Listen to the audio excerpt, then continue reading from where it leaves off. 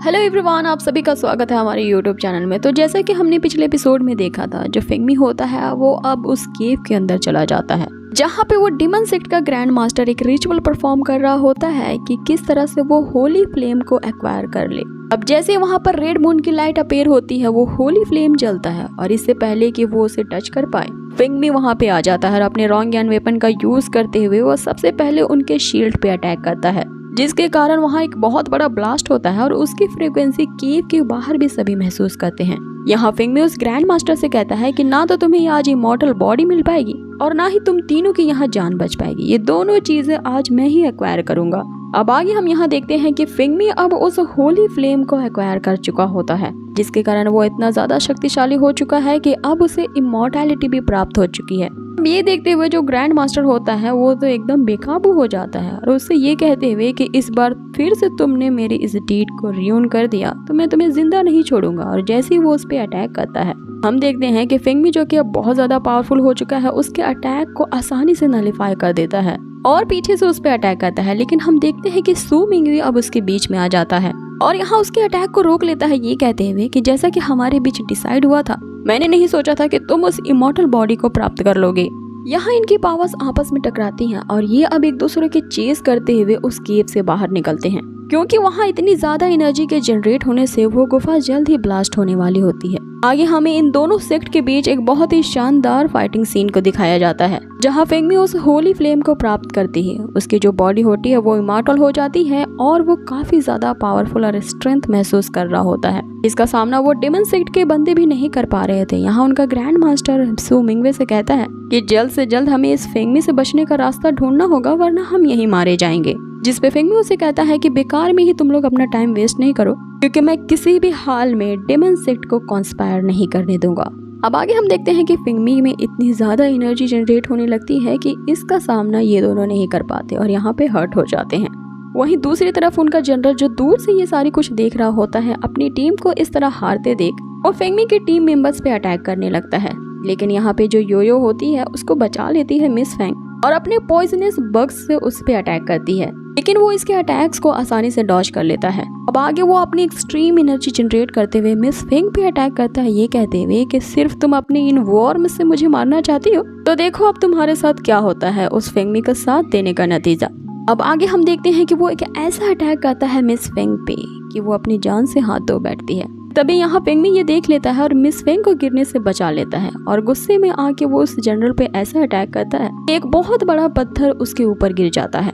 अब यहाँ हम देखते हैं कि मिस फेंग बहुत ही ज्यादा हर्ट हो चुकी थी, इसीलिए फिंगमी अब मीरो को सम्मन करता है ताकि वो उसे हील कर पाए। लेकिन यहाँ मीरो भी उसे बचाने में नाकाम हो जाती है, क्योंकि मिस फेंग के जो एक्सटर्नल रूट्स होते हैं वो पूरी तरह से डिस्ट्रॉय हो चुके थे। अब मीरो यहाँ उसे सजेस्ट करती है कि इसकी बॉडी को अब काफी ज्यादा नरिशमेंट की जरूरत है। अगर ये इस जेड के अंदर रहती है तो यहाँ पे काफी ज्यादा चांसेस है कि ये हील हो पाए। अब आगे यहाँ मीरो इसकी स्पिरिचुअल बॉडी को उस जेड के अंदर ट्रांसफर कर लेती है।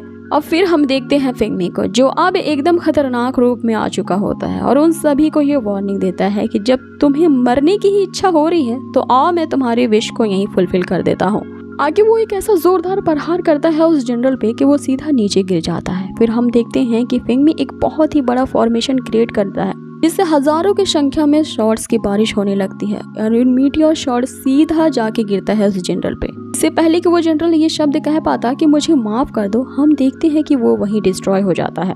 लेकिन यहाँ फिंगमी अब भी नहीं रुकता, वो उसकी मरी हुई बॉडी में से अब सारी की सारी एनर्जी अब्सॉर्ब करने लगता है, जिसमें यहाँ डिमन सेक्ट के ग्रैंड मास्टर को समझ में नहीं आता है कि आखिर ये फिंगमी ऐसा क्यों कर रहा है, क्योंकि वो तो एक सेल्फ कल्टिवेटर है, तो उसे आखिर हमारे मैजिक रिपेयर मेथड्स की क्या जरूरत है।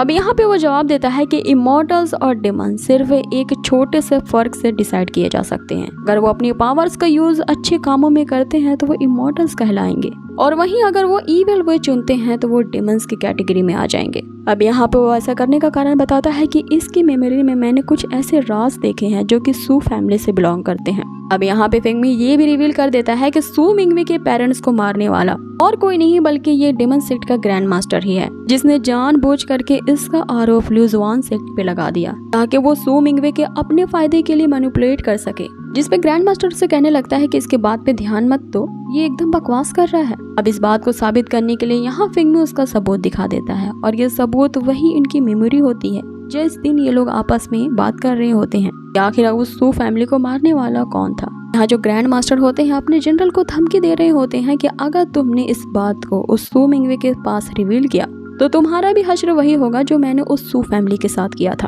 अब यहाँ ये समझते हैं कि सू मिंगवे के पेरेंट्स को मारने वाला और कोई नहीं बल्कि डेमन सेक्ट का ग्रैंड मास्टर है। अब यहाँ सू मिंगवे की आंखें खुलती है और वो सीधा अटैक करता है अपने ग्रैंड मास्टर पे, ये कहते हुए कि मेरी पूरी जिंदगी तो निकल गई अपने पेरेंट्स का रिवेंज लेने के लिए और मैं अपने पेरेंट्स के ही खूनी का हमेशा साथ देता रहा, लेकिन अब तुम यहाँ मेरे हाथों से नहीं बच सकते। अब हम यहाँ ग्रैंड मास्टर को देखते हैं जो इनसे दुम दबा के बचता हुआ भागता है, लेकिन वो आखिर भाग के जाता कहाँ। पिंगमी उसे एक जोर का किक मारता है, जिसमें अब ग्रैंड मास्टर सू से कहने लगता है कि ठीक है मैंने उन्हें मारा और अगर तुम्हें उस टाइम ये सच्चाई का पता चल जाता तो आखिर तुम कर ही क्या लेते। सो इसी के साथ हमारा ये पार्ट यही खत्म होता है। सो गाइस आप लोगों को ये वीडियो आज की कैसी भी लगी हो मुझे कमेंट बॉक्स में जरूर बताएं। इसका नेक्स्ट पार्ट मैं जल्द ही लाऊंगी। अब इसका नेक्स्ट पार्ट बहुत ही ज्यादा अमेजिंग और भी ज्यादा एडवेंचर होने वाला है। सो बने रहिए हमारे इस चैनल के साथ और कर दीजिए इसे लाइक एंड शेयर, और अगर आप मेरे चैनल पे नए हो तो इसे जरूर से सब्सक्राइब कर दें। मिलते हैं आपसे इसके नेक्स्ट पार्ट में। Till then take care, bye.